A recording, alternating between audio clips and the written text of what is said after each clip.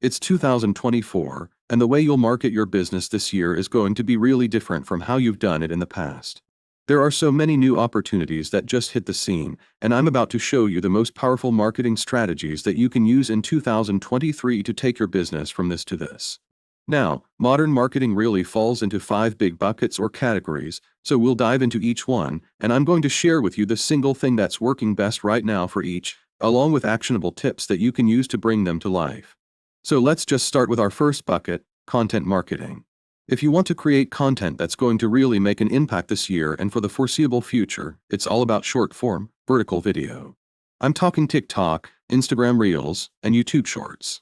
When TikTok took the world by storm toward the beginning of the pandemic, not only did it resonate big time with cooped-up viewers, but it also got plenty of attention from other social media apps. First, Instagram ripped it off. Was inspired by its success. Their CEO,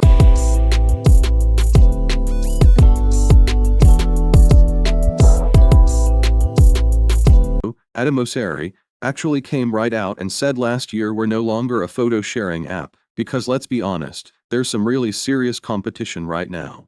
TikTok is huge. How do we embrace video more broadly? Full screen, immersive, entertaining, mobile-first video. Next, YouTube made their play by introducing Shorts. Whenever these major players roll out new features, they're going to incentivize you to use them with more views, which brings more visibility and more engagement. And if this were last year, I might be telling you to be a little skeptical about going all in on this trend simply because they were so new and they may not last. Well, I'm not telling you that this year. Short-form video looks like it's here to stay, and it's probably your best bet for those higher levels of engagement and to be remembered by your target audience. And if you're worried this will only attract generalizers, that's not necessarily the case. First of all, TikTok's user base is aging up with 53% of its users now over the age of 30. Plus,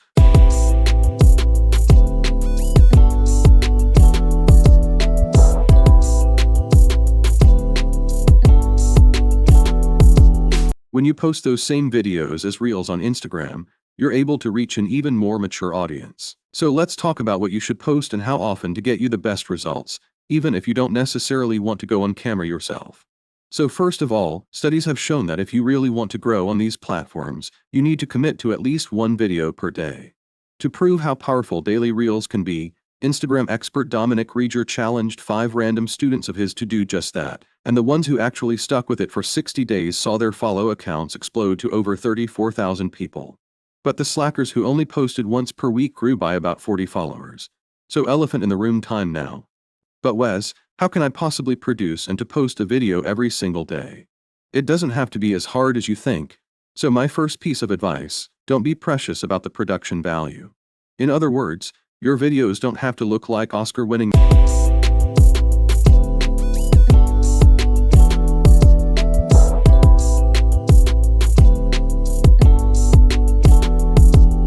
masterpieces. It's really not about that. Videos that look like this work perfectly well. There are actually a few types of videos that you can churn out with really minimal planning and effort. Here are a few ideas to get you started. You can create videos that offer a quick tip, advice, a process you use, a surprising statistic related to your niche, a product you love, a book you recommend, or a tool that you can't live without. And you can present any of these ideas in any number of ways. You can do it talking straight to camera or with some related point of view video in the background and text on screen, or even with the green screen feature. And the way this works best is if you could just put aside a time block of a few hours every week to work on batching all the videos for the following week. And I know it sounds like a lot of work here, but at the end of the day, these videos are all super short, like 7 to 30 seconds. And when you consider that you can reuse them on 3 major platforms, the exposure you can get is well worth it. Let's get to our next bucket, search engine marketing. So if you want to get found in search this year, there's a brand new Google update that you need to know about. They're calling it their helpful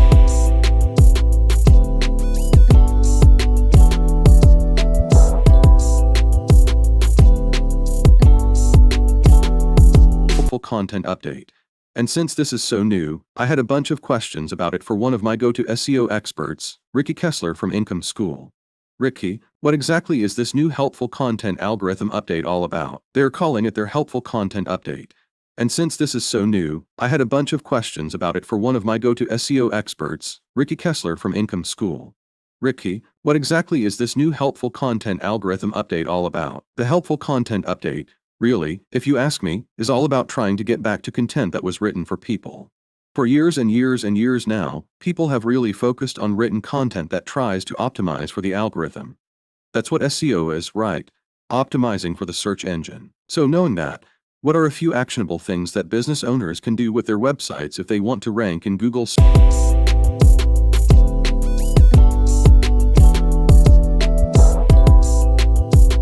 in 2023? We need to think about what is the intent of the user when they do a search that should land them on your sales page. So what we would want on there is answers to the questions that people are likely searching. We want to make sure that those are clearly covered. It sounds like we just need to be super complete on our important SEO pages, right? How do we make sure our visitors aren't left with questions that they need to keep searching for on our competitors' websites? On a sales page, FAQs, specs, the pricing, making sure that we're answering the questions people are searching for. On a homepage, ideally, we'd like to be ranking for the type of service we're offering.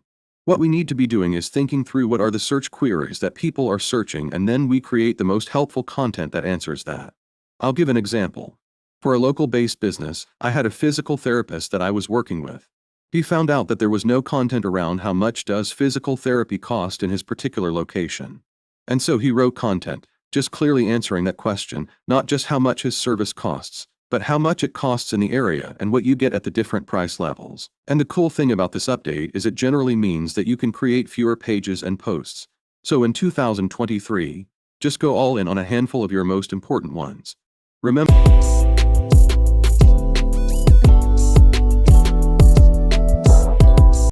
going deep in a few key places is going to get you better results than going shallow and broad. Okay, time for our next strategy. Under the bucket of social media marketing, we have the rise of user-generated content, otherwise known as having influencers create stuff on social for you. And influencers bring a lot of benefits with them. In fact, 31% of viewers actually trust the product recommendations they get from the influencers they follow. Now, compare that to only 38% will trust social media content put out by you as a business. And that's why this is such a big opportunity for 2023. But before you write this off as too expensive or too hard to coordinate, that is what this tip is going to solve. Trust me, this makes it incredibly easy and streamlined and really fairly hands-off, actually. Thanks to TikTok's creator marketplace. TikTok is not only the fastest growing social platform, and like I said, it's aging up every day, but with their creator marketplace, you can find the right influencers at any budget. You can negotiate terms and get them started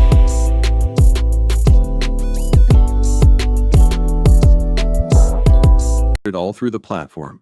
You don't have to search for their contact info, then email them or DM them like you used to. Nobody has time for all that. But this is how it works through the creator marketplace. Once you set up your account, you can start to use the filters they've got for you to find the best influencers for your audience. You can filter things like the country they are in, or better yet, the country or region their audience is in, a follow or accounts, average views per video or engagement rate. And believe it or not, sometimes it allows you to actually want to go for people with lower follow or counts because, generally speaking, what we call nano-influencers who have smaller followings of 1 to 10,000 have much higher engagement rates. To put this in context, the average nano-influencer's engagement rate is right around 5.6% as opposed to 2.15% for those mid-tier influencers or 1.19% for those mega-influencers. But you probably can't afford a Kardashian anyway, so let's just keep things realistic here. Where it gets really interesting is you can filter it down by topics these influencers focus on. As of right now, this isn't a really exhaustive list, so this will probably only be a viable option for you if your business has a fairly broad appeal. If you can narrow your audience based on these really high-level interests and basic demographics like age, gender, and location, this is actually pretty cool. It lets you filter by fast-growing creators only, which is one of the things you'd actually want to be looking for when you're choosing someone. But you can start seeing their prices right away, and you can see what their typical content looks like. I do recommend checking out each profile before reaching out to them to make sure that their analytics look decent. But from there, you just choose the influencers you'd like to work with, pick the goal of the campaign, then you fill out all the info related to the campaign, then you make an offer, and then it's up to them to either accept it or not. And I recommend working with several at a time because that gives you more chances for some of these posts to maybe go viral rather than just going all in on one single creator and one single post.